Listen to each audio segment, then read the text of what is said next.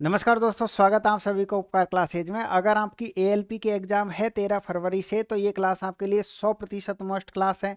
आज की क्लास में मैं आपको 20 टाइप के 20 क्वेश्चन सरल कराने वाला हूँ। यानी कि कहने का मतलब ये है कि आज मैं आपको प्रैक्टिस सेट नंबर 1 सॉल्व करवाऊंगा और एग्जाम से पहले मैं आपको 5 प्रैक्टिस सेट सॉल्व करवाने वाला हूँ। जैसे आपने अगर मुझे शुरू से फॉलो करते हुए आ रहे होंगे तो आपने देखा है कि हमने ग्रुप डी के लिए बहुत कुछ किया है। जब ग्रुप डी की एग्जाम स्टार्ट हुई थी उससे पहले हमने कुछ प्रैक्टिस सेट सॉल्व करवाए थे और जैसे ही एग्जाम स्टार्ट हो गई थी तो फिर हमने हर दिन का एग्जाम एनालिसिस करवाया था, जिससे आपको काफ़ी प्रॉफिट हुआ था। इसी तरीके से हम सेम प्रक्रिया एएलपी के लिए अपनाएंगे, फिर आगे टेक्नीशियन के लिए, आगे फिर एनटीपीसी के लिए, यानी कि जो भी एग्जाम हो गया हम इसी प्रोसेस के साथ आगे बढ़ते हुए चलेंगे। चलिएगा, तो मैं आपका टाइम बिल्कुल भी खराब नहीं करना चाहता क्योंकि ये प्रैक्टिस सेट है, आपकी एग्जाम 13 फरवरी से स्टार्ट है इसलिए। तो आज के फर्स्ट क्वेश्चन पर आ जाइएगा। पहला क्वेश्चन आपके लिए बहुत इंपॉर्टेंट क्वेश्चन है। क्वेश्चन नंबर 1 से आप शुरुआत करिएगा। पहला क्वेश्चन आपके पास में प्रॉफिट और लॉस का बेईमान दुकानदार से रिलेटेड लिया है। आपने देखा कि एग्जामिनर का बहुत पुराना नाता है ऐसे क्वेश्चन के साथ। अच्छा, आपको करना क्या है, पेन और कॉपी साथ में लेके बैठना है। पहले आप खुद से क्वेश्चन को बनाइएगा, फिर आप सॉल्यूशन देखिएगा और फिर चेक करिएगा कि आप 20 क्वेश्चनों में से कितने क्वेश्चन राइट कर पाते हो। देखिएगा, ऐसे क्वेश्चनों को हम बनाते कैसे हैं सर? ऐसे क्वेश्चनों को हम रेशियो मेथड से बनाएंगे। एक बार फिर सुनिए, किससे बनाएंगे? रेशियो मेथड से। रेशियो मेथड में हम क्या करते हैं, पहले जो भी परसेंटेज दिया हो उसकी फ्रैक्शन बनाते हैं। एक दुकानदार अपने सामान को 20% की हानि पर बेचता है, तो 20% की हानि, हानि को हम माइनस से लिखते हैं। 20% की भिन्न बनेगी आपके पास है 1/5। इस फ्रैक्शन को पढ़ेंगे कैसे सर? ये क्रय मूल्य है, ये हानि है। यानी कोई वस्तु आपने 5 रुपए में खरीदी है, 1 रुपए का आपको घाटा हुआ तो 4 रुपए में वस्तु बेची है। आगे वो कह रहा है कि उसने आपको वस्तु कम तोली, इसलिए सामने वाले ने आपसे लाभ कमा लिया। कितना लाभ कमा लिया? 30% का। तो 30% की भिन्न हो जाएगी आपके पास, प्लस का 30 बटे कितना हो जाएगा? 10। ये पहली स्टेप है कि जो भी आपके पास है परसेंटेज है उसकी फ्रैक्शन बना ली। अब आप इसका यूज करिएगा सीपी और एसपी में। यहाँ आप सीपी लिखोगे, यहाँ पर आप लिखोगे एसपी, यानी कि क्रय मूल्य, और ये हो गया आपके पास है विक्रय मूल्य। एक वस्तु आपने कितने में खरीदी? 5 रुपए। वो 5 रुपए में दुकानदार की बात है ये। दुकानदार ये कह रहा है कि मैंने वस्तु 5 रुपए में खरीदी है, लेकिन मैं आपको 4 रुपए की बेच रहा हूँ, कि मैं घाटा खा रहा हूँ। ये है। यानी क्रय मूल्य कितना आपके पास है? 5 है, और विक्रय मूल्य कितना आपके पास है? 4 है। ठीक है। फिर ये कह रहा है कि उसने लेकिन गलत वजन का उपयोग करता है, 30% लाभ प्राप्त करता है, तो 1 किलो के स्थान पर वास्तव में कितना तोलता है, ताकि उसको फाइनली, यानी कि आप ये कह सकते हो फाइनली उसको यहाँ पर जाकर के क्या हो रहा है? लाभ हो रहा है, प्रॉफिट हो रहा है। लेकिन ये किस लिए हो रहा है कि पहली बात तो ये कह रहा है कि मैंने घाटा खा लिया, लेकिन वो क्या कर रहा है कि दूसरी बार में यहाँ पर जब वस्तु तोल रहा है तो 1000 ग्राम की बजाय आपको वह वस्तु कम तोल रहा है। यानी कि तोली गई मात्रा को हमेशा क्रय मूल्य के नीचे लिखना है। इस बात को ध्यान में रखिएगा आप अच्छी तरीके से। और यहाँ पर क्या लिखोगे सर? लाभ तो लिखेंगे, लेकिन सीपी के नीचे सीपी आएगा, एसपी के नीचे एसपी आएगा। यानी 10 रुपए की वस्तु है और उस पर 3 रुपए का लाभ है, तो एसपी कितना हो जाएगा? 13। अब आपको करना क्या है? देखो, पहले तो ये पहली स्टेप होगी कि आपको क्वेश्चन को ऐसे जमाना है। जमाने के बाद ध्यान रखिए, इस 10 का मान निकालना। 10 का मान आएगा कैसे? क्रॉस मल्टीप्लाई से। यानी 10 को आप किसके साथ मल्टीप्लाई करोगे? इस 4 के साथ। तो कितना हो जाएगा आपके पास? सर हमारे पास है 40 हो जाएगा। और 13 का मान कैसे आएगा? 13 पंजो 65, तो हमारे पास 65 हो जाएगा। आप अगर ये रेशियो कट रहा तो जरूर काटें। 5 से कितनी बार कटेगा? 8 बार। 5 से कितनी बार कटेगा? 13 बार। तो ये जो आपके पास है 8:13 आया ना, ये यूनिट में तोली गई, मतलब यूनिट में मात्रा है। मात्रा कैसे है? यानी कि उसने 1000 ग्राम वस्तु की जगह पर आपको यानी 1000 ग्राम यूनिट का मान 13 है। 1000 ग्राम का मान 13 है, तो आपको ये बताना है कि 8 का मान कितना होगा, बस आंसर आ जाएगा। एक बार फिर सुनिएगा, मैं आपको ये समझाने की कोशिश कर रहा हूँ कि 13 यूनिट का मान आपके पास है, 1000 ग्राम है। तो अगर आप 8 यूनिट का मान निकाल देते हो तो आपको ये पता चल जाएगा ना उसने वस्तु आपको कितनी तोली, भाई पता चल जाएगा आराम से। तो कुछ नहीं करना, ये 8000 हो जाएगा। 8000 में 13 का भाग दे दीजिए। 13 पंजो 65, 13 एकम 13, वो 13 78, 13 एकम 13, और कितना हो जाएगा आपके पास में? 5, और पॉइंट लग जाएगा। तो इस तरीके से सी ऑप्शन आ जाएगा। यानी कि इस तरीके से बेईमान दुकानदारों के क्वेश्चन को आपको एग्जाम में बना के आना है, अगर 13 फरवरी को ये टाइप का क्वेश्चन आया है तो। क्या करना है, एक बार मैं रिवाइज कर रहा हूँ। सबसे पहले स्टेप आपको रेशियो बना लेना है, उसके बाद यहाँ सीपी लिखना है, एसपी लिखना है, फर्स्ट लाइन को यहाँ लिखना है, सेकंड जो प्रॉफिट लॉस है यहाँ लिखना है। यहाँ पर 1000 फिक्स रहेगा। अगर वो कहता कि 800 ग्राम पर कितनी तोलेगा तो यहाँ 800 ग्राम, और तोली गई आपको जो मात्रा तोलेगा उसका मान यहाँ लिखना है आपको। ये बात ध्यान में रखिएगा, ठीक है। पहला क्वेश्चन क्लियर है।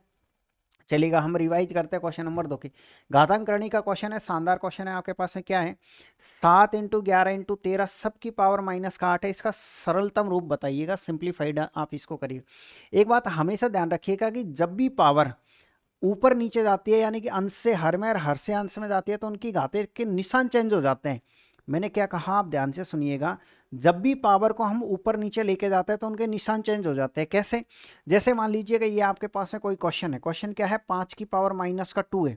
अब इसको अगर हम हर में लेके जाएंगे तो ये 1/5 की पावर कितना हो जाएगा, +2 हो जाएगा। एग्जाम्पल के लिए फिर से समझाता हूँ मैं आपको। ये आपके पास है कितना है सर, ये 4 है, और ऊपर है आपके पास है 2 की पावर -3। यानी कि इस क्वेश्चन को जब हम सरल करेंगे ना, तो ऊपर तो सिर्फ 1 बच जाएगा, 4 पहले से है, और ये पावर जैसे ही नीचे आएगी ना आपके पास निशान बदल के आएगी। यानी 2 का पावर कितना हो जाएगा, +3 हो जाएगा। यानी कि जब हम पावर को ऊपर नीचे लेके जाते हैं तो इनके निशान बदल जाते हैं। अगर निशान बदल जाते हैं तो बिल्कुल यहाँ लिखिए। लेकिन उससे पहले एक रूल तो ये लग जाएगा इसमें, एक दूसरा रूल ये लग जाएगा कि अगर मान लो ये a की पावर 2 है गुणा b की पावर 2 है गुणा c की पावर 2 है, अगर सबकी पावर समान है ना, तो हम इसको ये लिख सकते हैं a b c, और एक साथ 2 पावर लगा सकते हैं। इसी तरीके से इस क्वेश्चन में कुछ ऐसा ही है। यानी सर सबकी पावर -8 है, तो आप इन सबको एक साथ लिख दो, 7 × 11 × 13, और इसके ऊपर क्या लगा दोगे, -8 पावर। अब इसका मतलब क्या है, ये पावर इसके ऊपर भी है, ये पावर इसके ऊपर भी है, ये पावर इसके ऊपर भी है। इन सबको गुणा करोगे तो कितना हो जाएगा आपके पास, सर 1001 हो जाएगा, और इसकी पावर कितना, -8 है। अब मुझे आप ये बताइए इसको क्या लिख सकते हो, सर 1/, ये जैसे ही बट्टे में आएगा तो आप ये कह सकते हो कि इसकी पावर किसकी हो जाएगी, प्लस की हो जाएगी, जो किस ऑप्शन में आपके पास, बी ऑप्शन। ये मैं आपको समझा चुका हूँ कि पावर जैसे ही बट्टे में जाती है तो वो किसकी हो जाती है, आपके पास में प्लस की हो जाती है। उम्मीद कर रहा हूं कि इस स्टेप से इस स्टेप को समझ में आया होगा आपको, ठीक है। तो ये था क्वेश्चन नंबर 2। चलिएगा साथ के साथ आप प्रैक्टिस करते रहे। क्वेश्चन नंबर 13 आपके पास है, एवरेज का क्वेश्चन है, बहुत शानदार क्वेश्चन है। क्वेश्चन ये कह रहा है कि 7 अवलोकनों का समांतर माध्य 7 है। आप औसत को माध्य कह सकते हो, समांतर माध्य कह सकते हो, औसत कह सकते हो, बात एक ही है। औसत के कितने नाम है, औसत, माध्य या समांतर माध्य। तो ये क्वेश्चन ये कह रहा है कि 13 संख्या है, 13 संख्याओं का औसत कितना आपके पास है, 7 है, ठीक है। यदि प्रथम 7 संख्याओं का समांतर माध्य 6.5 है, यानी आप ये कह सकते हो कि आपके पास में क्या कह रहा है, प्रथम 7 संख्याओं का, यानी सर प्रथम 7 संख्याओं का जो औसत है वो इतना है, ठीक है। अंतिम 7 का औसत इतना है, 7वें अवलोकन का मान बताइए। देखिएगा इसने चालाकी क्या करी है, इसने ये चालाकी करी है कि आपके पास में टोटल संख्या तो कितनी थी, 13 थी, लेकिन 13 संख्याओं को 14 संख्या बना दिया, यानी एक संख्या को डबल बार काउंट कर दिया, और ये कहा कि आप उसी का मान बताओ। हमेशा वो उसका मान बताता है जिसको आप डबल बार काउंट करते हो। यानी कौन सी संख्या वो आपके पास है, 7 नंबर की संख्या है, तो 7 नंबर की संख्या को इधर भी काउंट कर दिया और 7 नंबर संख्या को इधर भी काउंट कर दिया। अब क्वेश्चन ये कह रहा है कि जो प्रथम 7 संख्या है, जो प्रथम 7 संख्या उनका औसत कितना आपके पास है, 6.5 है, और जो अंतिम 7 संख्या है उनका औसत कितना आपके पास है, सर 8.5 है। क्या किसी तरह की कोई दिक्कत है आपको? प्रथम 7 संख्याओं का प्रथम 7 का इतना है और अंतिम 7 का इतना है, और सभी का, यानी कि सभी की अगर हम बात करें तो सभी का औसत कितना आपके पास है, सर सभी का औसत इतना है। आपसे ये पूछे कि आप इसका मान बताइएगा, इसका मान कितना होगा। वैसे मैं बेसिक से बहुत शानदार तरीके से आपको समझा सकता हूँ, लेकिन आपको बेसिक का यूज नहीं करना है, आपको यहाँ पर डेविएशन वाला रूल यूज करना है। कौन सा? आपको ये देखना है कि ये जो औसत है ना, फाइनल औसत, इस औसत से ये वाला टुकड़ा ये कितना कम है और ये वाला कितना ज़्यादा है। आप ये कहोगे सर इससे है ना, ये आपके पास है 0.5 कम है, 0.5 कम है, 0.5 औसत है। औसत को योग बनाने के लिए किससे गुणा करना पड़ेगा, 7 से। आप ये बताइए 0.5 कहाँ से आया, 7 में से 6.5 घटाया 0.5 आया। 0.5 को जैसे ही आप 7 से गुणा करोगे तो आपके पास है 3.5 आएगा, लेकिन 3.5 किसका आएगा आपके पास, सर माइनस का आएगा। 3.5 कहाँ से आया, इसमें से ये घटाया तो आपके पास क्या बच गया, 0.5 बच गया। 0.5 को आपने इससे गुणा किया है। अब इनका डिफरेंस भी लेना है तो ये आप कह सकते हो कि सर ये 1.5 है और ये प्लस का ये आपके पास है, और इसको इससे गुणा करोगे तो कितना हो जाएगा, सर ये 15 × 7 = 105। कितना हो जाएगा आपके पास 15 7 105। अब कुछ नहीं करना, फाइनल सरल करोगे तो 7 आएगा। यानी कि आप ये कह सकते हो कि आपसे 7वां अवलोकन पूछा, 7वीं संख्या कैसे आएगी। आप ये बताइए क्या आया आपके पास, प्लस का 7 आया, तो जो औसत था उस औसत में आप 7 जोड़ दीजिएगा, आपका आंसर आ जाएगा 14। ऐसे क्वेश्चन को बनाना है, ठीक है। आप चाहे तो ऐसे बना सकते हो। अगर कोई स्टूडेंट ये चाहता है कि नहीं सर मुझे तो नहीं आया समझ, कोई दिक्कत नहीं, मैं आपको एक शानदार तरीका समझा देता हूँ, उससे कर लीजिएगा आप। कभी भी औसत के क्वेश्चनों में आप फंस जाए ना, तो एक तरीका यूज करिए, संख्या औसत, यानी यहाँ लिखोगे आप संख्या, यहाँ लिखोगे आप औसत, और यहाँ पर क्या लिखोगे आप, योग। आप ये बताइए टोटल स्टार्टिंग में संख्या कितनी थी सर, टोटल संख्या हमारे पास है 13 है। 13 संख्या औसत कितना हमारे पास है 7 है। 13 7 कितना होता है आपके पास है 91 91। पहले स्टेप में कोई दिक्कत है क्या। मैंने क्या किया, कुछ नहीं किया।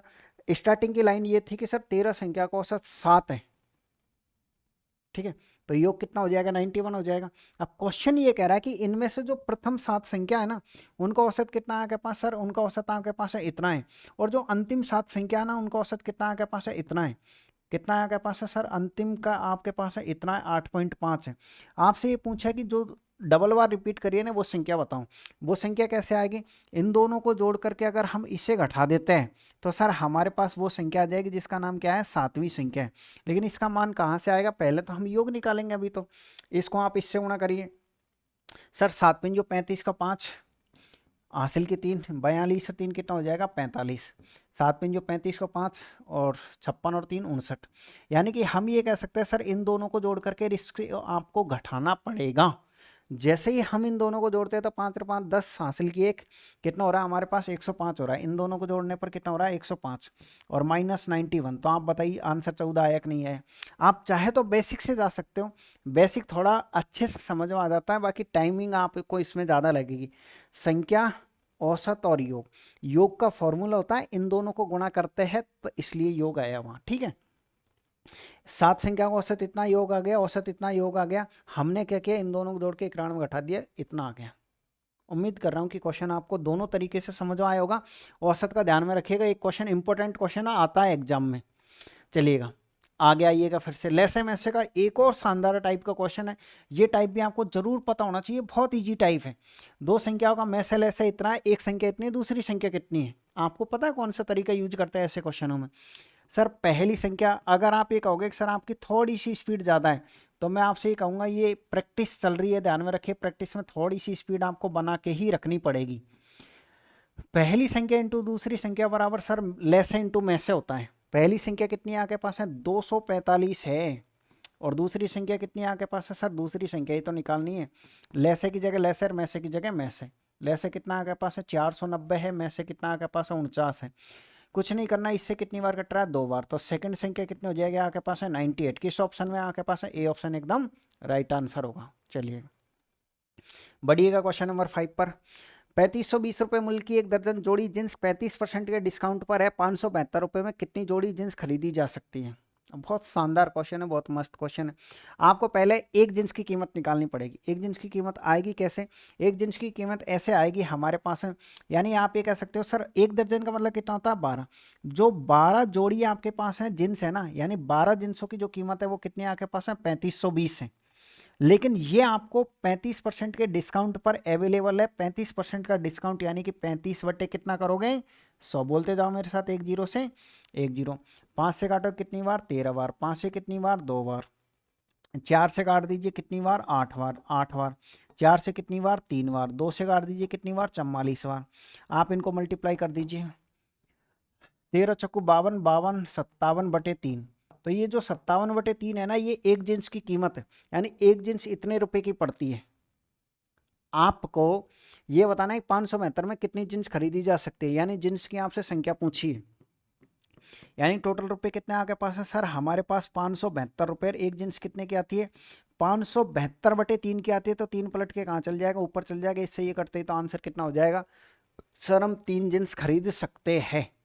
ठीक है, आइएगा सिंपल क्वेश्चन है, चाहे रेशियो वाला मेथड यूज कर लो चाहे 100 वाला मेथड यूज कर लो। मैं आपको सजेशन करूंगा कि जब भी 30% 40% ऐसा है, आप 100 वाला मेथड यूज करो, बहुत शानदार तरीका है।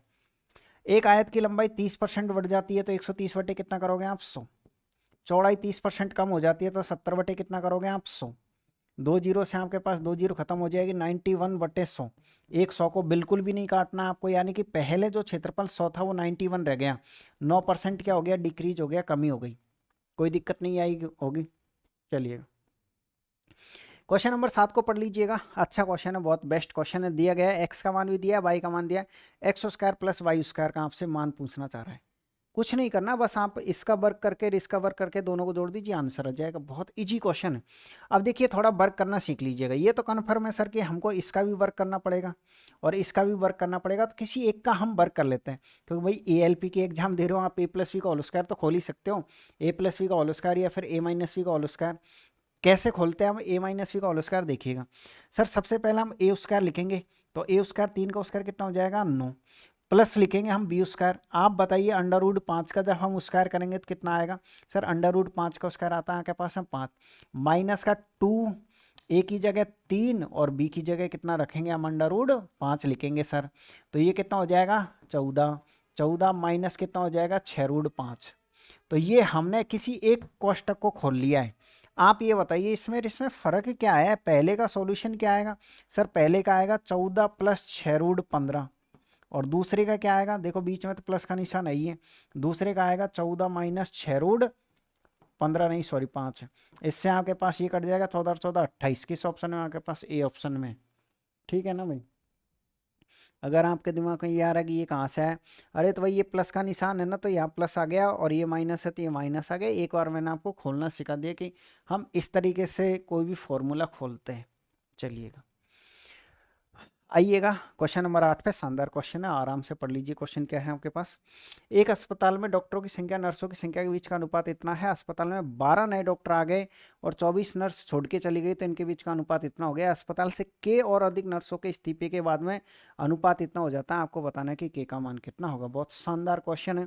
हम इसको क्रॉस मल्टीप्लाई से करेंगे। आपने अगर रेशियो वाले चैप्टर पढ़ा होगा तो उसमें हम पढ़ते हैं ना क्या, आय व्यय और बचत से रिलेटेड क्वेश्चन, बस वही क्वेश्चन है, टपोरी सा क्वेश्चन है, कोई दिक्कत नहीं है। एक अस्पताल में डॉक्टरों की संख्या, आप ये डॉक्टर लिख दीजिए, यहाँ लिख दीजिएगा आप नर्स, इनकी संख्या का अनुपात कितना है आपके पास सर, 1:3 है। बाद में ये कह रहा है कि 12 नए डॉक्टर शामिल हो गए, यानी कि हम ये कह सकते हैं शामिल हो गए, तो यहाँ प्लस का 12 लिखेंगे, 12 शामिल हो गए और 24 नर्सें इसमें से चली गई, तो इनका अनुपात 3:4 हो गया, जिसको हम यहाँ लिखते हैं। करना क्या है, क्रॉस मल्टीप्लाई करना है। इसको इससे मल्टीप्लाई करिए, इसको इससे मल्टीप्लाई करिए, तो ये डिफरेंस कितना आएगा, 9 और 9 में से 4 घटाओगे तो कितना आएगा आपके पास सर, हमारे पास है 5 आएगा। इसके बाद इनका डिफरेंस लेना है, इसको तो इससे मल्टीप्लाई करना है और इसको आपको इससे मल्टीप्लाई करना है। ये कितना हो जाएगा आपके पास सर, ये हमारे पास 48 हो जाएगा। डिफरेंस के लिए माइनस यूज करते हैं, ये 24, ये माइनस का कितना हो जाएगा हमारे पास 72 हो जाएगा। तो इस तरीके से हम ये कह सकते हैं 120 आ गया। यानी कि हम ये कह सकते हैं सर, अब आगे कैसे सोल्व करेंगे, चाहे तो आप 1 यूनिट का मान निकाल लो, 5 यूनिट का मान 120 है तो 1 यूनिट का मान 24 हो जाएगा। सिंपल है। अगर 1 यूनिट का मान 24 है तो डॉक्टर कितने हो गए आपके पास सर, डॉक्टर हमारे पास 24 हो गए। और नर्स कितनी हो जाएगी सर, नर्स हमारे पास कितनी हो जाएगी, हमारे पास है 24 दिया कितना होता है 72 होता है। क्या किसी स्टूडेंट को कोई दिक्कत है, 5 यूनिट का मान 120 है तो 1 यूनिट का मान हमने निकाल लिया। 1 यूनिट का मान कितना है हमारे पास सर, 1 यूनिट का जो मान आया ना वो हमारे पास है 24 आया है। यानी कि 1 यूनिट का मान 24 है। स्टार्टिंग में डॉक्टर कितने हैं, 24 है। नर्स कितनी आपके पास है, 72 है। स्टार्टिंग की बात की जा रही है। क्वेश्चन ये कह रहा है कि 12 नए डॉक्टरों के शामिल होने पर, उसके बाद स्टार्टिंग की बात करिए सर, 12 नए डॉक्टर और आ जाएंगे तो डॉक्टर और ये नर्स 24 24 और 12 कितने हो जाएंगे, डॉक्टर आपके पास 36 हो जाएंगे। नर्स पहले कितनी थी 72, 72 में से कितनी नर्स चली गई 24। अगर 72 में से हम 24 घटा देते हैं, 72 में से 24 घटा देते हैं तो हमारे पास में कितना आता है 48 आता है। कोई दिक्कत नहीं है यहाँ तक। तो क्वेश्चन ये कह रहा है कि सर अब इसमें से कितनी नर्स और चली जाएं ताकि लास्ट में इनका अनुपात बराबर हो जाए, 1:1 हो जाए। यानी कि 1:1 का मतलब ये है 36 और 36 हो जाए। तो बताइए इसमें से आप कितनी नर्सों को घटाओगे 36 बच जाए। सर इसमें से हमको घटाना पड़ेगा 16 नर्सों को। तो बस यही आपका आंसर है, 16 है क्या, कि ये फाइनली कितना हो जाएगा आपके पास, 12 और आ गए तो ये हो गया आपके पास 36। 48 में से आप कितना घटाओगे, 36 हो जाएगा। भाई 48 है क्या, 72 में से 24 चली गई थी तो 48 में से आप कितना घटाओगे कि आपके पास कितना आ जाए, 36 हो जाए। तो सर ये हमारे पास है 2 और 1 बार, अच्छा 12 आ रहा है ना यार, यानी आप ये कह सकते हो सर 12 घटाएंगे तो आएगा, तो इस तरीके से आप ये कह सकते हो 48 को 36 बनाने के लिए आपको 12 कम करना पड़ेगा। उम्मीद कर रहा हूँ कि क्वेश्चन आपको समझ में आया होगा, क्योंकि ये ALP का है तो मैं चाह रहा हूँ कि थोड़ा सा स्पीड हम बना के रखें तो बेटर है। क्लियर है? आइएगा आप क्वेश्चन नंबर 9 पे आ जाइएगा। दो संपूरक कोणों के माप का अनुपात इतना है, दोनों कोणों में से बड़े कोण का आप मान बताइए कि बड़े कोण का मान कितना होगा। सबसे पहले दो संपूरक कोणों के माप, यानी संपूरक किसे कहते हैं, सप्लीमेंट्री एंगल्स किसे कहते हैं, जिनका योग 180 डिग्री हो। यानी कि आप ये कह सकते हो कि योग कितना होना चाहिए आपके पास, सर योग हमारे पास 180 डिग्री होना चाहिए। अब 180 डिग्री को इस अनुपात में बांटना है, दोनों में से बड़े कोण का यानी 7 यूनिट का मान बताना है। तो 7 यूनिट का मान कैसे बताओगे सर? 7 यूनिट का अगर मान बताना है आपको तो देखिए 120 बटे कितना हो जाएगा आपके पास है 10 इंटू 7, 1 जीरो से 1 जीरो खत्म, तो आप कह सकते हो 126 डिग्री। किस ऑप्शन में आपके पास? ए ऑप्शन एकदम करेक्ट आंसर होगा। सिंपल क्वेश्चन था, टाइम खराब हमको नहीं करना है ज़्यादा इसमें। क्वेश्चन नंबर 10 पे आ जाइएगा आप। सिंप्लीफिकेशन का क्वेश्चन है। ऐसा क्वेश्चन जब भी आपकी एग्जाम में आया तो आप क्वेश्चन के बिल्कुल अंदर जड़ में घुस जाइएगा, वहाँ से हम क्वेश्चन को सरल करते हैं। यानी कि सबसे पहला हम ये कह सकते हैं सर छोटा कोष्ठक सोल्व करते हैं तो इसे हम सरल करेंगे सबसे पहले अंदर वाले को, तो अंदर वाले को सोल्व करेंगे, लेकिन उसके भी अंदर ये रहा। आप ये कह सकते हो कि 6 में से आप 2 घटाओगे तो कितना बचेगा आपके पास है 4, और 4 को इसके साथ गुणा करो कितना हो जाएगा सर? 4 को इसके साथ गुणा करेंगे तो माइनस का कितना हो जाएगा आपके पास 16। अब देखिएगा ये इसके साथ मिलेगा फिर, तो आप ये कह सकते हो सर ये आपके पास माइनस के 12 बचे।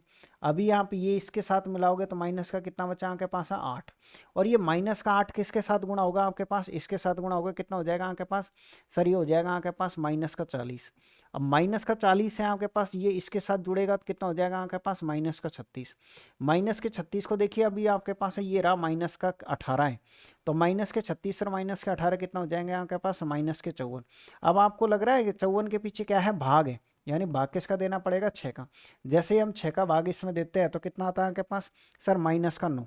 अब माइनस का 9 किसके साथ जाके बढ़ेगा सर? माइनस का 9 इसके साथ जाके बढ़ेगा तो प्लस हो जाएगा, और 9 चौको 36, 32 पहले से ही था, 32 प्लस 36 कितना हो जाएगा आपके पास है 68।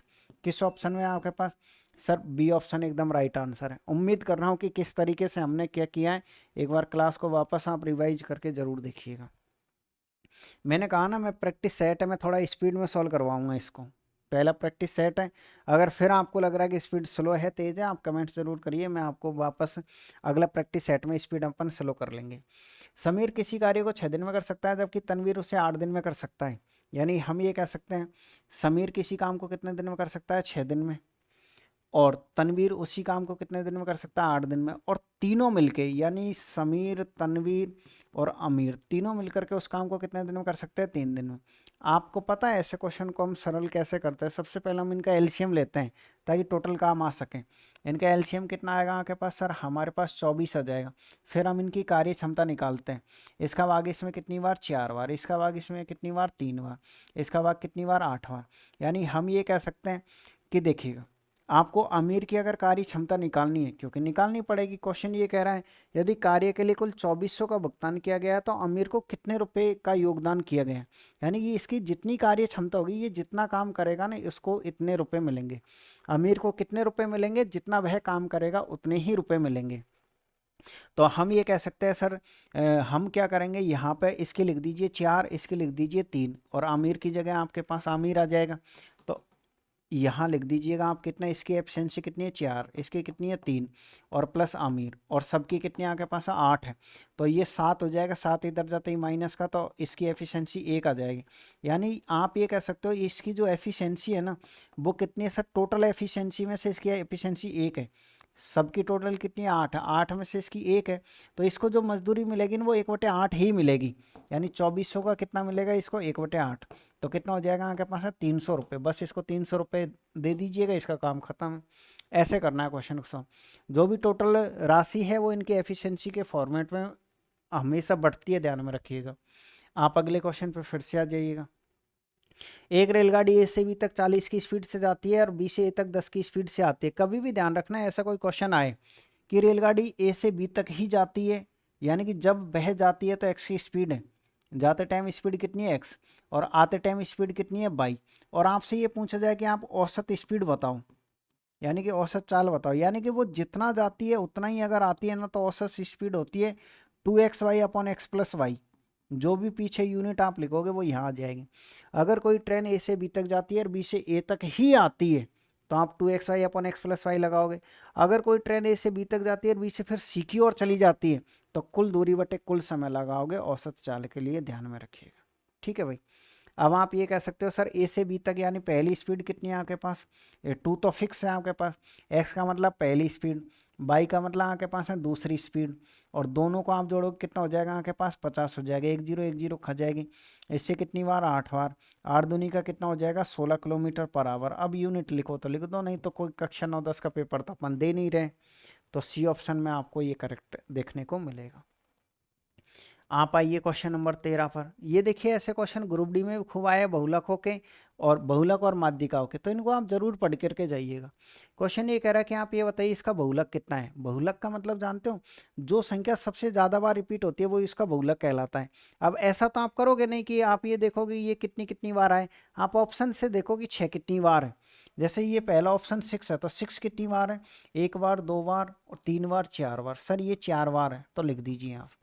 अब ये 5 कितनी बार है इसको लिखो। सर 5 देखो 1 बार, 2 बार, सिर्फ 2 ही बार है। 7 कितनी बार है आपके पास, सर 7 की अगर बात करें तो 1, 2 और 3, ये 3 बार है। 4 कितनी बार है आपके पास, 1, 2, 3, ये 3 बार है। तो सिंपल है कि आपके पास ए ऑप्शन रहेगा। क्या रहेगा आपके पास, ए ऑप्शन। यानी जो सबसे ज़्यादा बार रिपीट होता है वो बहुलक कहलाता है। सिंपल सी बात ये है। अगले क्वेश्चन में आपसे माध्यिका पूछिए। माध्यिका क्या होती है, या तो आप इसको बढ़ते हुए क्रम में लिखो या घटते हुए क्रम में लिखो, और बीचों बीच की संख्या माध्यिका कहलाती है। थोड़ा सा डेटा बहुत ज़्यादा है, थोड़ा टाइम लगेगा, लेकिन आप इसको आराम से लिख लीजिएगा। यानी सर सबसे पहले हम शुरुआत किससे करेंगे, सबसे पहली संख्या क्या है, यहाँ से करिए। एक, एक कितनी बार रिपीट है आपके पास, सर एक और एक, एक को देखो एक कितनी बार रिपीट है, एक बार और एक बार, 2 बार। ठीक है, एक की कहानी खत्म है। अब दो देखिएगा, दो, दो, 2 बार और ये 3 बार। तो लिखिए आप 2, 2 और 2। अब इससे जस्ट बड़ी संख्या देखो, 3 को देखो आप, काटते जाओ जो संख्या है वो, एक बार, 3 सिर्फ और सिर्फ एक ही बार है, ये लिखना ही पड़ेगा आपको। 4 देखो, एक बार, 4 भी एक बार है। 5 देखो आप, 5 एक बार, काटते जाओ 2 बार। यानी यहाँ पे कह सकते हो 5 कितनी बार है, 2 बार। 6 को देखो, एक, एक बार ही है 6 आपके पास है। इसी तरीके से 7 को देखो, 7 भी एक बार है आपके पास। ठीक है, 8 को देखो, 1, 2, 3, 3, यानी कि 8 कितनी बार है, 3 बार। एक बार, 2 बार और ये 3 बार। और 8 के बाद क्या था, 9, 1, 2 और ये 3। ठीक है, 9, 9 और ये 9। 9 के बाद क्या है, 10, कितनी बार है, एक बार। तो ये रहा आपके पास है 10। लेकिन एक बात ध्यान रखिए, जीरो से स्टार्ट है, ये जीरो हमने नहीं लिखी थी तो ये जीरो, इसलिए काटने का फायदा हमको। अब आपको कुछ नहीं करना, कितनी भी संख्या हो, चाहे आपको पता, अच्छा एक और है 12 बच्चा हुआ है तो 12 काट दीजिए, ये रहा आपके पास 12। अब कुछ नहीं करना, बस कट्टम कट्टी खेलनी है। एक संख्या इधर से काटो, एक संख्या इधर से, एक संख्या इधर से, एक संख्या इधर से, एक संख्या इधर से, एक संख्या इधर से, कट्टम कट्टी खेलनी है। एक एक काटते जाओ दोनों साइड से बराबर। दोनों साइड से क्या करोगे आप, बराबर काटते जाओगे, जो बीच में बच गया ना वही आपका माध्यिका है। ये है तरीका। तो बस, तो इसका आंसर कितना आएगा आपके पास, सर हमारे पास आंसर 6 आएगा। ऐसे क्वेश्चनों को बनाना है। अगर मान लीजिए जैसे ये आपके पास टोटल संख्या कितनी थी, 1, 2, 3, 4, 5, 6, 7, 8, 9, 10, 11, 12, 13, 14, 15, 16, 17, 18, 19, 20 थी। अरे यार, तो 20 में से कैसे बच गई भाई ये संख्या। एक बार ऊपर काउंट करना, संख्या कितनी है, 1, 2, 3, 4, 5, 6, 7, 8, 9, 10, 11, 12, 13, 14, 15, 16, 17, 18, 19, 20। 20 है ना, तो काटने में कहीं ना कहीं गलती करी है अपन ना। एक बार इनको लिख देखते हैं कि क्या हमने 20 संख्या लिख दी। अच्छा, ये इंग्लिश में जो लिखा हुआ है इसमें भी जीरो है ना यार, इसमें भी ठीक है। 1, 2, 3, 4, 5, 6, 7, 8, 9, 10, 11, 12, 13, 14, 15, 16, 17, 18, 19, 19 और एक 20 सही लिखा है। एक बार हम इसको वापस से काटेंगे भाई। वापस से काटना करना कुछ नहीं है। अगर 20 है तो 9 संख्या छोड़ दो, 9 इधर से छोड़ दो, 9 इधर से छोड़ दो, 18 हो जाएगी हमारे पास। यानी हम ये कह सकते हैं सर 1 2 3 4 5 6 7 8 9, ये तो कट गई हमारे पास। 1 2 3 4 5 6 7 8 9, ये हमारे पास कट गई। यानी कि अब हम कह सकते हैं सर हमारे पास 9 कट गई, तो हमारे पास बचा क्या सर? हमारे पास जो बचा है ना वो 2 संख्या बच गई एक साथ, 5 और 6। अगर 5 और 6 हमारे पास बच गई, मतलब औसत आपके पास इनके बीच का आएगा 5.5 आएगा। कितना आएगा? माध्यिका कितनी आएगी? 5.5। कैसे पता लगाओगे? दोनों को जोड़ के 2 का भाग दे दो। दोनों को जोड़ के किसका भाग दे देना? आपको 2 का भाग दे देना बस। अगर कोई एक संख्या बच जाती है तो फिर ठीक है, अगर 2 संख्या बीच में बच जाती है तो फिर आपको करना क्या है सर? 2 संख्या बच जाती है, दोनों को जोड़ के 2 का भाग दे देना है। चलो बढ़िया रहा। गलत अगर हमने किया है तो उससे आपको ये भी समझ में आ गया। अगर संख्या 21 होती तो, अगर संख्या विषम है तो एक संख्या पूरी पूरी बचेगी। सम है तो थोड़ी सी दिक्कत आपको आएगी कि बीच में आपके पास इस तरीके से करना पड़ेगा, जो कि आपको ए ऑप्शन में मिलेगा। ठीक है, 2 संख्या मिले, दोनों को जोड़ के 2 का क्या दे दोगे? भाग। शानदार क्वेश्चन है, त्रिकोणों का ये क्वेश्चन आपके पास है। देखिए करना क्या है इसमें। हम अगर कोई क्वेश्चन ऐसा आता ना, जैसे ये आपके पास में, जैसे देखिए यहाँ क्या है, यहाँ प्लस है, यहाँ माइनस है, सेम रट्टा मार के जाना है इस क्वेश्चन को। तो करना क्या है सर? बट्टे में 1 लिखना पहले। तो बट्टे में क्या लिखना? 1। इसमें योग और अंतर का नियम चलता है। ऐसे क्वेश्चन में किसका नियम चलता है? योग और अंतर का। योग और अंतर का कैसे चलता है सर? हम ये कह सकते हैं कि ये हमारे पास क्या हो जाएगा, यहाँ से तो लेनी है आपको फर्स्ट संख्या और यहाँ से लेनी है आपको लास्ट संख्या। तो हम ये कह सकते हैं ये हो जाएगा आपके पास है साइन थीटा, और बट्टे में क्या आएगा? Cos theta. साइन थीटा बट्टे कॉस थीटा आ जाएगा आपके पास, बराबर का निशान। ऊपर तो प्लस करोगे आप, योग है, देखो योग है तो योग करिए। इन दोनों को आप जोड़ोगे तो कितना हो जाएगा सर? दोनों को जोड़ेंगे तो हमारे पास 13 हो जाएगा, और नीचे घटाओगे तो हमारे पास 11 हो जाएगा।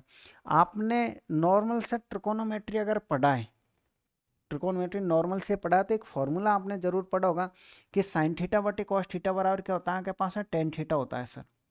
यानी कि साइन थीटा, 2 फॉर्मूले तो आप जरूर रट लीजिए। किसका सर? टेन थीटा बराबर हमारे पास होता है साइन थीटा, और बट्टे में क्या होता है? Cos theta. और अगर हमको कॉट थीटा का मान निकालना तो इसका उल्टा होता है। अगर हमको किसका मान निकालना है? कॉट थीटा का, तो क्या होता है आपके पास है? कॉस थीटा, और बट्टे में क्या आता है आपके पास है? साइन थीटा आता है। इस बात को ध्यान रखिए। यानी टेन का मान इतना है, तो यहाँ से अगर हम कॉट का मान निकालना चाहे तो कितना हो जाएगा? उल्टा हो जाएगा। 11 बट्टे कितना हो जाएगा? 13। अब कुछ नहीं करना है, जहाँ पर टेन दिख रहा है वहाँ तो ये मान रख देना, जहाँ पर कॉट दिख रहा है वहाँ पर ये मान रख देना, आपका आंसर आ जाएगा। तो सर हमारा जो क्वेश्चन है ना, उसमें देखिए 121 तो है, आगे गुणा का निशान। यहाँ पर ये 10 नहीं है, 10 स्क्वायर है, तो क्या फर्क पड़ जाएगा? 10 स्क्वायर का मान रख दीजिए। अगर हम इसका स्क्वायर कर देते हैं तो 13 का तो 169 हो जाएगा, 11 का 121 हो जाएगा, और -3 है, देखो वो -3 है। बट्टे में देखिए 169। सर कॉट नहीं है, कॉट का स्क्वायर है, तो 11 का स्क्वायर तो कितना हो जाएगा? 121, 13 का 169, और प्लस का 1 है। देखो ये कट गया ना, ये इसीलिए लिखा हुआ है बिल्कुल, ये कट गया आपके पास। 169 में से आप माइनस ही है ना, 3 घटाओ तो 166 आ जाएगा, और इसमें आप एक जोड़ोगे तो 122 हो जाएगा, 2 से कट जाएगा ये 8 3, और ये कितनी बार? 6 और 1। तो आप ये कह सकते हो कि इस ऑप्शन में 83/61, 83/61 डी ऑप्शन में। तो ऐसे क्वेश्चन को बनाना है, ध्यान में रखिए, रट्टा मार के जाना क्वेश्चन का। अच्छा क्वेश्चन है। कभी भी सेम संख्या प्लस और नीचे माइनस हो रही है तो योगांतर का नियम लगता है।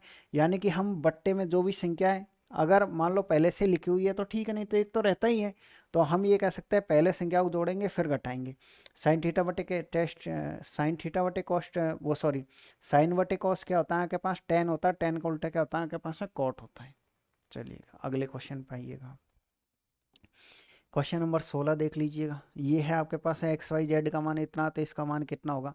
एक फॉर्मूला आप ज़रूर याद करिएगा इस क्वेश्चन को समझने से पहले। मैं फॉर्मूले को यहाँ लिखता हूँ, देखिएगा। फॉर्मूला क्या है आपके पास सर? फॉर्मूला हमारे पास ये है कि ये है आपके पास है A cube plus B cube plus C cube और माइनस का 3abc। जब हम इस फॉर्मूले को खोलते हैं तो हमारे पास 2 कोष्ठक आते हैं। एक कोष्ठक में तो a प्लस बी प्लस सी आता है, और जो अगला कोष्ठक होता है उसमें आता है A square plus B square plus C square minus का ए बी माइनस का बी सी, और माइनस का क्या आता है आपके पास? सी ए आता है। यानी कि जब हम इस फॉर्मूले को खोलते हैं तो हमारे पास ये रिजल्ट आता है। लेकिन इसमें कुछ कंडीशंस होती हैं क्या कंडीशन होती है सर? पहली कंडीशन ये होती है कि इसमें यदि आपको a प्लस बी प्लस सी बराबर 0 दे रखा है, अगर इसका मान इसने 0 दिया है, यदि a प्लस बी प्लस सी बराबर 0 हो तो आप खुद बताइए, अगर a प्लस बी प्लस सी बराबर 0, अगर हम यहाँ 0 रख देंगे तो 0 को आप इसके साथ गुणा करोगे टोटल 0 हो जाएगा। यानी हम ये कह सकते हैं कि फिर इसका मान क्या हो जाएगा सर? ए क्यू प्लस बी क्यू और प्लस सी क्यू, इसका मान 3abc हो जाएगा। 3abc क्यों हो जाएगा? क्योंकि ये इधर चल जाएगा, ये इधर जाते ही प्लस का हो जाएगा। या फिर आप ये कह सकते हो, फिर सर समीकरण को संतुष्ट करना है ना, तो a बराबर b बराबर c आपको रखना पड़ेगा, इन तीनों की वैल्यू आपको बराबर रखनी पड़ेगी। ये फॉर्मूला होता है, आपने पढ़ा होगा पहले भी। A cube B cube C cube minus 3abc बराबर पहला कोष्टक दूसरा कोष्टक, और पहले कोष्टक का मान 0 है तो फिर आपके पास A cube B cube C cube का मान 3abc होता है। या फिर आप ये कह सकते हो तीनों की वैल्यू आपको बराबर लेनी पड़ेगी। तो हम इसी का यूज करते हैं और इस क्वेश्चन को सरल करते हैं। ये तो कन्फर्म है एक्स वाई जेड बराबर 0, तो पूरे का एलसीएम ले लीजिए आप। जैसे ही आप एलसीएम लोगे तो क्या आएगा आपके पास? 2xy और z आ रहा है। अब जैसे ही आप बाई जेड का भाग दोगे, आप बताइए बाई जेड का भाग दोगे तो ये बाई और जेड कट जाएगा, बाई जेड कट जाएगा ना, और 2 भी कट जाएगा, यानी कि 2/z का भाग दोगे तो x बार जाएगा, तो ये क्या हो जाएगा आपके पास? x क्यों हो जाएगा। इसी तरीके से ये बाई क्यों हो जाएगा और ये क्या हो जाएगा आपके पास? जेड क्यों हो जाएगा। अब खुद बताइएगा, इसने खुद ने ये कहा कि इसका मान 0 है, तो क्या इसका मान हम 3xyz नहीं लिखेंगे ऊपर? 3xyz अभी के रूल के हिसाब से, और नीचे तो ये आपके पास है ही है, तो इससे ये कट जाएगा तो 3/2 बच जाएगा, जो कि किस ऑप्शन में? जो कि डी ऑप्शन में आपको देखने को मिलेगा। ऐसे क्वेश्चनों को बनाना है। थोड़ी सी स्पीड मैंने बना रखी है ताकि आपका एग्जाम का टाइम है तो थोड़ा सा रिवाइज करके आप जा सके बस। 3 साझेदार एबीसी ने एक व्यवसाय में लाभ को इतने के अनुपात में साझा किया। उन्होंने अपनी पूंजी क्रम से इतने इतने महीने के लिए निवेश की, उनकी पूंजी का अनुपात होता ही। आपने प्रॉफिट और लॉस पढ़ा है तो एक फॉर्मूला आप जरूर पढ़ते होंगे। फॉर्मूला क्या है आपके पास? है सर, जब भी हमको लाभ निकालना है ना, तो लाभ बराबर होता है हमारे पास है समय इंटू पूंजी।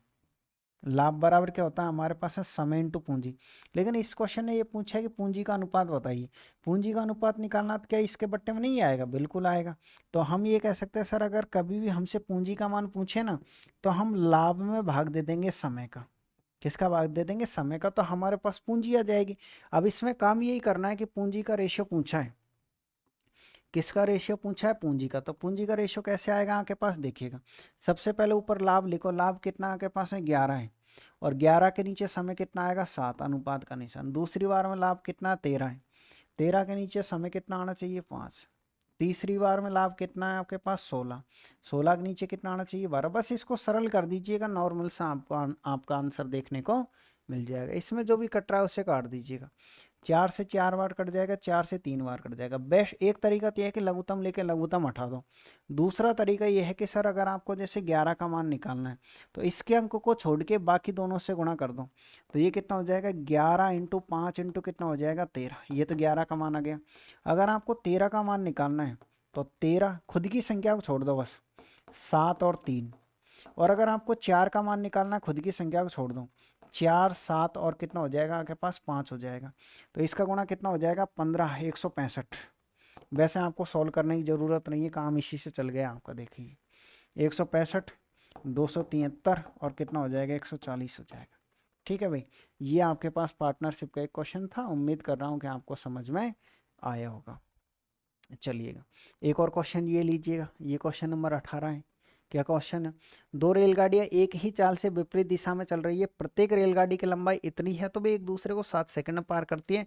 प्रत्येक रेलगाड़ी की चाल बतानी है। प्रत्येक रेलगाड़ी क्या बतानी है? चाल। ठीक, तो बताइए मुझे चाल बराबर क्या होता है?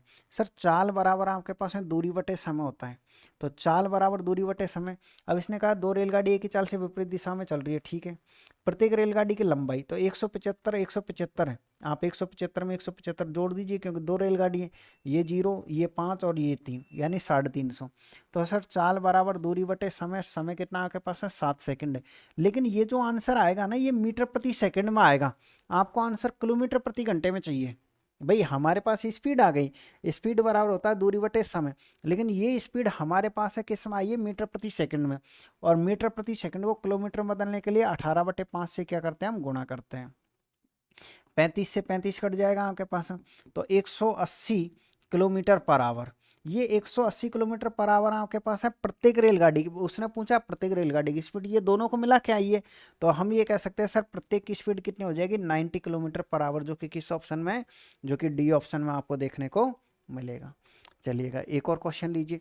एक घनाभ की लंबाई चौड़ाई और ऊंचाई इतनी है तो इसका आयतन बताइए। मुझे आप ये बताइए घनाभ का आयतन क्या होता है। सर घनाभ का जो आयतन होता है ना आपके पास, वो होता है आपके पास है लंबाई इंटू चौड़ाई इंटू क्या होता है आपके पास है ऊंचाई। यही होता है आपके पास है घनाभ का आयतन, लंबाई इंटू चौड़ाई इंटू क्या होता है आपके पास है ऊंचाई होता है। लंबाई कितनी है आपके पास 5 है, ऊंचाई ये रही, और ये टोटल लिख दिया हमने। हम ये कह सकते हैं सर हमारे पास इस तरीके से आंसर कितना हो जाएगा 500। सिंपल क्वेश्चन था, कुछ नहीं करना, घनाभ का आयतन पूछा, लंबाई इंटू चौड़ाई इंटू क्या होता है आपके पास है ऊंचाई होता है। ये लास्ट क्वेश्चन है, उम्मीद कर रहा हूँ कि आपने पेन कॉपी लेके बैठे होंगे। मैंने सिर्फ प्रैक्टिस करवाई है, यहाँ आपको कुछ भी सिखाने की कोशिश नहीं करी है, सिर्फ और सिर्फ मेरा उद्देश्य सिर्फ स्पीड में प्रैक्टिस करवाना था। इसकी वजह से आप ये कहोगे सर कि बाकी आपने ग्रुप डी के क्वेश्चन बिल्कुल जीरो लेवल से समझाए थे, तो मैं आपको फिर से कह रहा हूँ कि वो ग्रुप डी था। बाकी इसमें थोड़ी सी स्पीड अगर आपको लग रहा है कि थोड़ी ज़्यादा है, तो मैं आपको कमेंट्स ज़रूर करिएगा, अगले उसमें स्पीड को अपन स्लो करके ग्रुप डी का ही पैटर्न अपना लेंगे बिल्कुल स्लो मोशन में। देखिए मैंने ग्रुप डी के जो क्वेश्चन सोल्व कराए थे उनमें क्या अंतर था, इनमें क्या अंतर, उनमें मैंने आपको पहले प्रत्येक क्वेश्चन का कॉन्सेप्ट समझाया था ग्रुप डी वाले क्वेश्चनों में, और फिर क्वेश्चन सोल्व करवाया था। इसमें मैंने सीधे ही क्वेश्चन सोल्व करवा दिए, बस कॉन्सेप्ट किसी का भी नहीं समझाया, ध्यान में रखिएगा। क्वेश्चन क्या है आपके पास, सर ए का मान ये है, बी का मान ये है, तो आपसे इसका मान पूछा है। हमेशा एक फॉर्मूले को जरूर रट्टा मार लेना, यानी एक फॉर्मूला होता है आपके पास A Q minus B Q, और एक होता है आपके पास है A cube plus B Q का। ठीक है, A Q minus B Q जो होता है ये दो कोष्टक में खुलता है, एक तो ए माइनस बी आएगा पहले में, और अगले कोष्टक में आएगा आपके पास है A square plus B square plus क्या होता है आपके पास है ए बी होता है। और इसमें अगर ये प्लस है तो पहला कोष्टक प्लस का ही आएगा, और दूसरा कोष्टक आएगा ए स्क्वायर प्लस बी स्क्वायर और माइनस का ए बी। आया कैसे है ये प्लस माइनस, मैं आपको जब अलजेब्रा पढ़ाऊंगा तब एक्सप्लेन करूंगा। यानी हम ये कह सकते हैं सर ये क्वेश्चन अंश और हर का है, तो हर में जो संख्या लिखी हुई है ना, इस संख्या का ये जो फॉर्मूला खुलेगा ना, तो इसके दो टुकड़े होते हैं। देखो ये दो टुकड़े होते हैं, एक टुकड़ा तो ये छोटा वाला होता है और एक बड़ा वाला होता है। तो इसकी जगह पर जब आप दोनों टुकड़े लिखोगे ना, तो इसका जो बड़ा वाला टुकड़ा ऊपर वाले टुकड़े को काट देगा, तो ऊपर तो सिर्फ और सिर्फ एक बचेगा, और नीचे आपके पास ए माइनस बी बचेगा। भाई ये ए क्यू माइनस बी क्यू के दो टुकड़े होते हैं, बड़े वाले टुकड़े ने ऊपर का बड़ा वाला टुकड़ा खा लिया, नीचे आपके पास सिर्फ ए माइनस बी बचा। यानी ए का मान कितना 21 है, बी का मान कितना आपके पास है 19 है, तो 1/2 करेक्ट आंसर है, जो किस ऑप्शन में आपके पास है, जो कि डी ऑप्शन एकदम, बी ऑप्शन एकदम राइट आंसर होगा। तो इस तरीके से ये थी आपके पास है प्रैक्टिस सेट नंबर 1। अगर आप चाहते हो बिल्कुल स्लो मोशन में कंप्लीट कोर्स मुझसे पढ़ना, तो आपको करना क्या है, आपको प्ले स्टोर पर जाकर उपकार क्लासेज जयपुर के नाम से एप्लीकेशन डाउनलोड करना है। वहाँ पर आपको रेलवे 2026 चैंपियंस 3.0 के नाम से बैच मिलेगा, जिसमें मैं आपको दो तरीके से पढ़ाऊंगा। एक बार तो मैं आपको चैंपियंस बनाऊंगा, और फिर रातों रात बनाऊंगा मैं आपको क्या, स्टार क्रैश कोर्स। यानी कि ये पूरी प्लानिंग है क्या आखिरकार, मैं ये चाह रहा हूँ कि पहले तो आप मैथ बिल्कुल जीरो लेवल से पढ़ ले मुझसे। जैसे मान लीजिए आपने मुझसे बिल्कुल जीरो लेवल से चैंपियंस 3.0 वाले जीरो लेवल से लेटेस्ट क्वेश्चनों के साथ, वो भी लेटेस्ट क्वेश्चनों के साथ आपने मुझसे पढ़ लिया, उसके बाद स्पीड में इसमें आके आप प्रैक्टिस कर लो, और उससे भी ज़्यादा स्पीड में आप मुझसे फिर प्रैक्टिस कर सकें। तो 3 तरीके से आप मेरे पास सिलेबस कंप्लीट करोगे, पहले आराम आराम से करोगे, फिर आप थोड़ा स्पीड में करोगे, और फिर और भी ज़्यादा स्पीड में प्रैक्टिस करोगे। तो इस तरीके से मेरे पास प्लानिंग है। अगर आप चाहे तो आराम से प्ले स्टोर पर जाके उपकार क्लासेज जयपुर के नाम से एप्लीकेशन डाउनलोड कर सकते हो। ये चैंपियंस 3.0 जो बैच है, इसके अंदर ये सारी चीज़ें फ्री रहेंगी। इसी के अंदर ये बैच है, इसी के अंदर क्या रहेंगे आपके पास, हम प्रैक्टिस है। तो चलिएगा मिलते हैं आपको अगले में प्रैक्टिस में। अगली प्रैक्टिस सेट आपके पास है 2 नंबर। आप सभी को ऑल द बेस्ट।